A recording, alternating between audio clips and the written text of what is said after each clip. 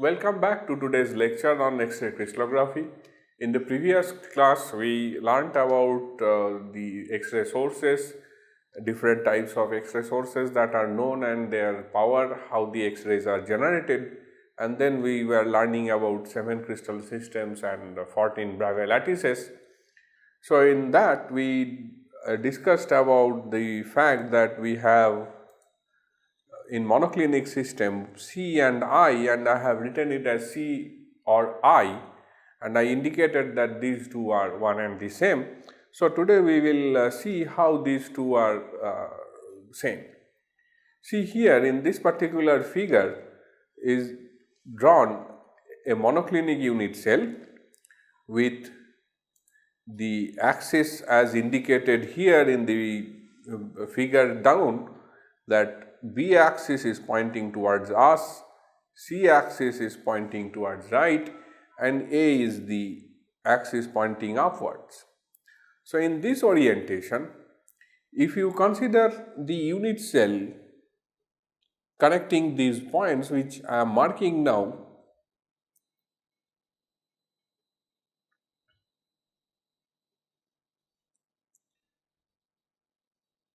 the unit cell which forms like that has one face, one atom which is centered, and that centered atom is this one. So, along with those 8 corner atoms, we have 2 atoms at the face which is perpendicular to C. That means this is a C-centered lattice. A different consideration of the same lattice, which is drawn here in black, if I try to redraw that on this side, it encompasses a different orientation of the same lattice, where the particular atom which was earlier red and the centered atom has become a body centered atom now. So, this is basically the way we look at this unit cell. Either we look at the unit cell like this or we tilt the unit cell like that. The centering of the unit cell changes from C to I. Therefore, monoclinic C-centered and monoclinic I-centered lattice is one and the same with a change in lattice parameter.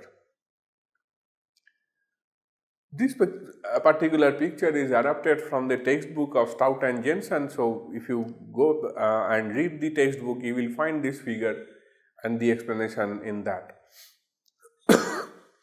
So, in association with this understanding, I would like to give one question or a problem to all of you, that in case of tetragonal lattice, we have indicated that you have only tetragonal body centered lattice or tetragonal primitive lattice, but we do not have face centered tetragonal as one of the Bravais lattice. We would like you to find out the reason behind that. So, now let us go in and understand the symmetry elements, point groups and space groups that are there in 3-dimensional crystal structures. You must have learnt about the symmetry elements in case of molecular symmetry. So, when we talk about a molecular symmetry, suppose I am trying to understand what symmetry is present in this water molecule. We know that this molecule has a two-fold symmetry. This molecule has a plane of symmetry, that is the plane of the molecule, and then a mirror plane which is bisecting the molecule like this, containing the two-fold axis. Remember, both the mirror planes contain the two-fold axis, and that is why we call them as sigma v's, and the corresponding point group notation we write as C2V. Similarly, if we have a molecule like this,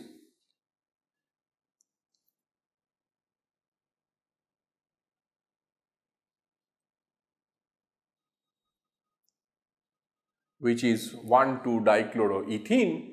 In this particular case, the two-fold axis that is there is perpendicular to the plane of projection, so that this chloro goes to that chloro and that chloro comes to this chloro. It is a two-fold axis, and the plane of the molecule is the sigma plane, and we write it as sigma h.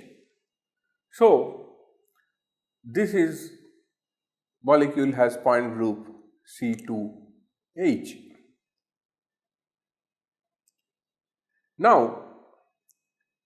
in both the cases, the symmetry elements that are there are within the molecule that we are talking about. So, the C2 axis or the sigma plane, it either bisects the molecule or it passes through the molecule. In case of crystallographic symmetry, the symmetry elements that we know do not go through the molecule, but rather it talks about the symmetry between one molecule and the other molecule which is there in space. Of course, in some cases the molecule which we are talking about may have a particular symmetry, say a two-fold axis or a mirror plane, and that two-fold or a mirror plane may coincide with a crystallographic symmetry, and we end up getting half molecule in the structure. That is a special case, but in general, when we are talking about symmetry in three-dimensional lattice, we are talking about symmetry between two molecules that are arranged in space following a particular symmetry.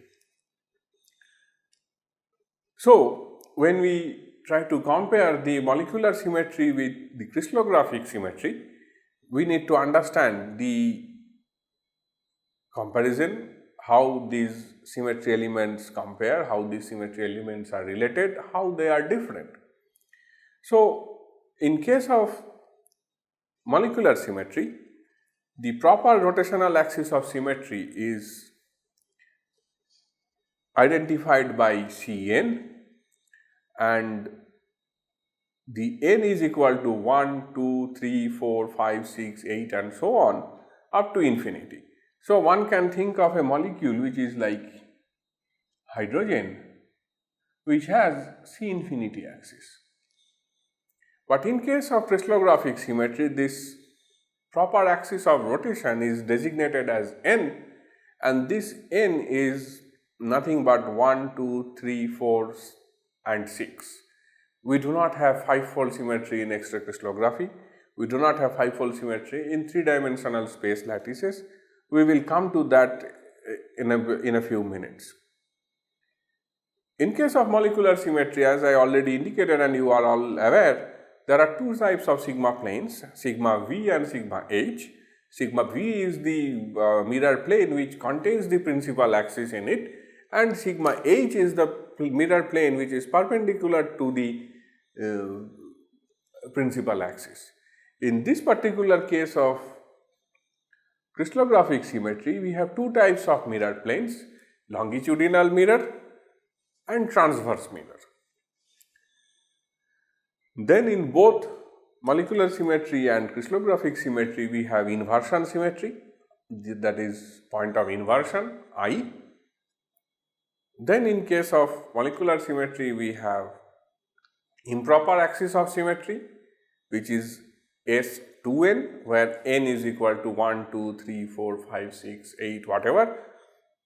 These are called the rotoreflection axis, whereas in case of crystallographic symmetry, this improper axis of symmetry becomes n bar, and there also this n is 1, 2, 3, 4 and 6, and we call it as roto-inversion axis, and that means it is rotation followed by inversion.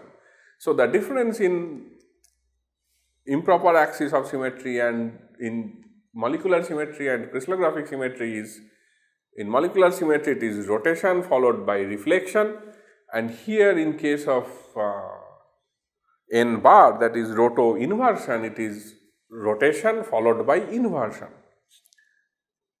In addition to these symmetry elements, which are common in both the systems like molecular and crystallography, we have two more symmetry elements that are coming in crystallographic symmetry. One is the screw axis and the other one are glide planes, which are not present in molecular symmetry because of obvious reasons, because these are not just the axis, these are rotational axis along with a translational component or a reflection with a translational component. So, this screw axis is denoted as Nx, where n can be 2, 3, 4 and 6 and x varies from 1 to n minus 1, which means if it is n equal to 2, it can be only 2, 1. In case of 3, it can be 3, 1 and 3, 2. In case of 4, it can be 4, 1, 4, 2, 4, 3 and so on. So, for 6, it can be 6, 1, 6, 2 up to 6, 5. The glide planes are named as A, B, C, N and D glides. So, these glide planes are actually a reflection followed by half translation along the direction of A, B, C or N or diagonal. So, slowly we will get to know about these, how these symmetry elements can be understood in 3 dimensions. So, when we have so many new symmetry elements, when we have crystallographic symmetries identified in terms of numbers, when we try to do a projection of these symmetry elements in 2-dimensional paper or a board or somewhere, we need to identify these symmetry elements using different symbols. So, these symbols are important to identify these symmetry elements in case of while reading a textbook or while reading the international table of crystallography. So, the symmetry element, which is the first symmetry element that we know, is a two-fold axis of rotation, is designated as this with a filled elliptical object. When we talk about three-fold symmetry, filled triangle. When we talk about a four-fold principal axis of rotation, this is obviously designated as a cube, as a square, which is completely filled, and a six-fold axis of rotation is designated as a hexagon, as I am drawing here, which is also completely filled. Then simultaneously, when we say 2 bar, this is designated just like 2, but with open circle in the middle and the outer part of the circle is filled. So, this is 2 bar.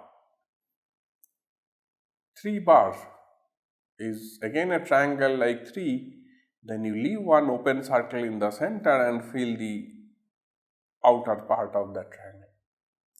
Similarly, 4 bar and 6 bar also can be drawn with open circle in the middle and the outer part of that circle is closed.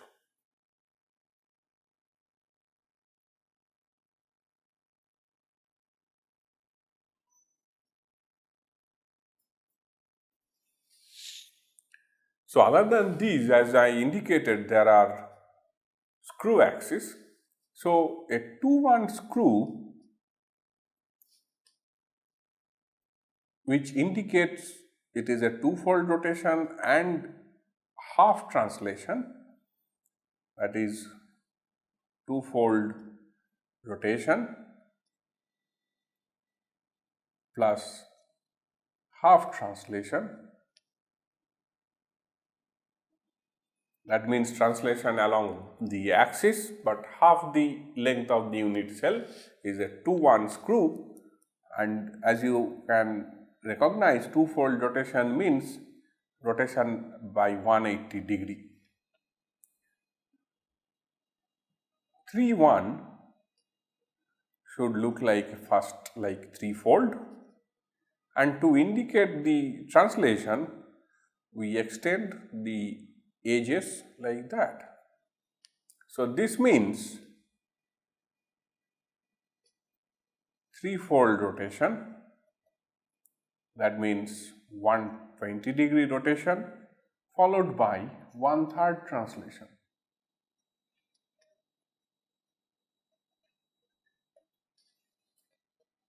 Similarly, the 3-2 will be another triangle as usual, but the extension will be in the other direction, indicating that the operation is taking place in the opposite direction. So this means it is 240 degree rotation followed by 2/3 translations.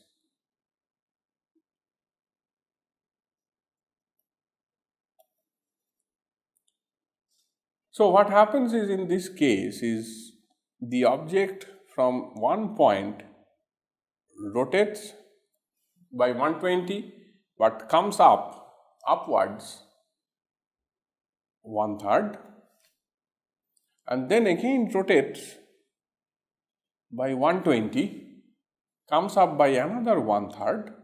So from here to there directly is in opposite direction,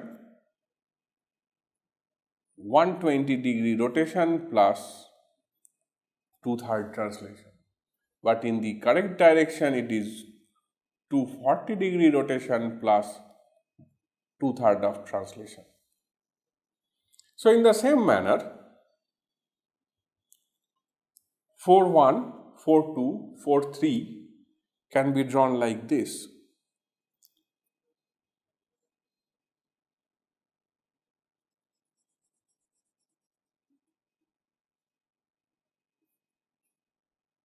This is 4-1. 4-2 is interesting in one sense because 4-2 means 180 degree rotation followed by half translation, which is similar to 2-1. If you look at that, and 4-3 is opposite of 4-1 as I have drawn. So 4-1, the directions are on the left, so it is towards the right, and so on.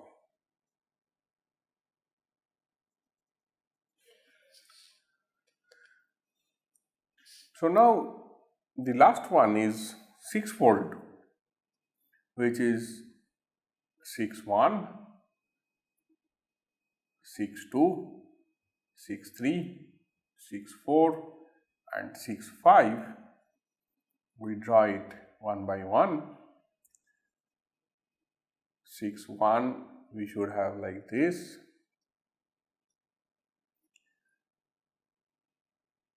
6-2 we should have like that. Alternate edges are extended because this is 60 degree rotation plus 1/6 translation. This one is 120 degree rotation plus 1/3 translation. 2/6 translation means 1/3 translation. 6-3 means 180 degree rotation plus half translation, that is 3/6 translation. So we should have only these two lines. 6-4 is opposite of 6-2. So in the same manner we draw this 6 but then whatever was extended this way, I extend it in the other direction and make it as 6-2, which is 270-degree rotation plus 2/3 translation, and 6-5 is opposite of 6-1, which is like that, which actually means that it is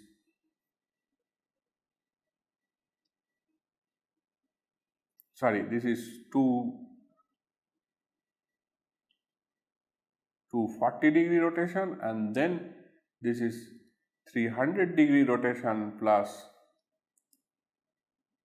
5/6 translation. So, as a result, what is happening is, by doing a rotation simultaneously moving upwards, by doing it 180-degree rotation, half translation, another 180-degree rotation and half translation, we have translated the object from the lower unit cell to the upper unit cell. So, that is how in case of 3-1 we start from one point, rotate it by 120-degree but lift it by 1/3, rotate it by another 120-degree and lift it by another 1/3, rotate it by another 120-degree and lift it by 1/3, it comes exactly above this particular point, but it comes in the next unit cell. So, by doing this 1/3, 1/3 up, we reach the next unit cell, and that is what is the most important symmetry element in crystal structure, where a 3-dimensional periodicity, that is the distance between the point in one particular direction remains the same, is maintained. In addition to these symmetry elements which we have drawn here, we have other symmetry elements which we need to also know the symbols of. We know that we have mirror symmetry. This mirror plane is designated as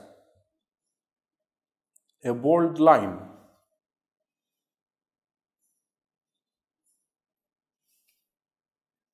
When you talk about A or a B glide plane, what is a glide plane? Glide plane is a mirror followed by translation. So, this glide plane is designated in projection as dashed lines. The C glide is designated as a set of dots, array of dots.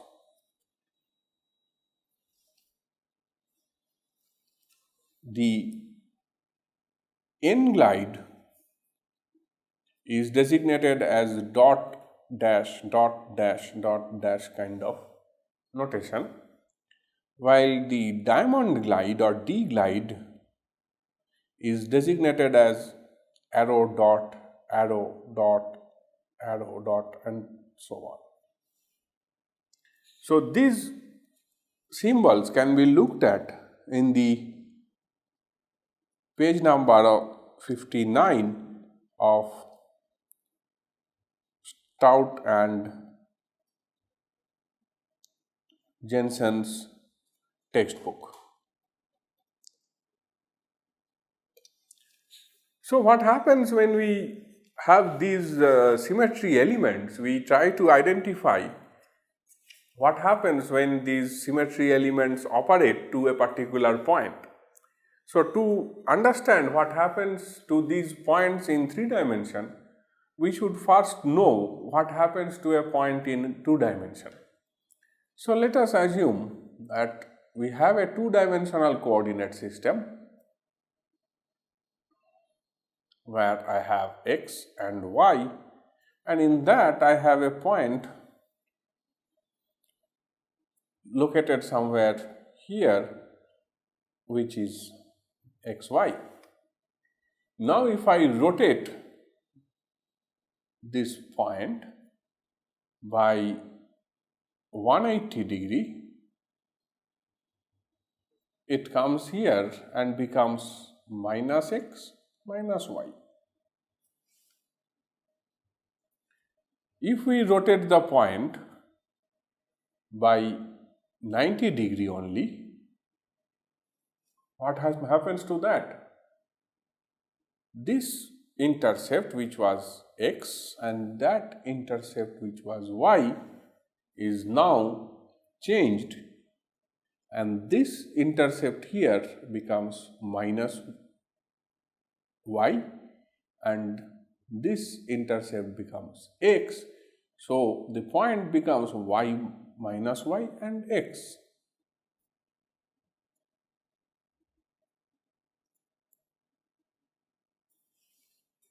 So in this way we can change the coordinates when we apply a symmetry. Suppose now if I have this same coordinate system x and y, and we have a point in this which is here x and y, and I am saying that I have a mirror along y perpendicular to x. Where would that point come? That point would come somewhere here, and the corresponding x intercept will be minus x and y intercept will still remain y. So by doing a mirror x y, I am doing a mirror perpendicular to x, I am getting minus x y as the points. Similarly here when we had x y, by doing a twofold we have got minus x minus y. So now in crystallography what we do is whenever we have something minus, we write it as a bar. So minus x will be written as x bar, minus y will be written as y bar, and so on. So in this half an hour lecture we have identified what are the different symmetry elements that we can consider in three-dimensional lattice, how they are similar and how they are different from the molecular symmetry point of view, and we get to know, we have learnt about two more new symmetry elements, namely the screw axis and glide plane, and we know how to designate these different axes like two-fold, three-fold, four-fold, six-fold, and so on, and the corresponding screw axis, what are their notations. So in the following lecture we will learn how to do this transformation of coordinates in terms of x, y, z three-dimensional coordinates. So we will see how the equivalent points are generated when a particular symmetry is applied.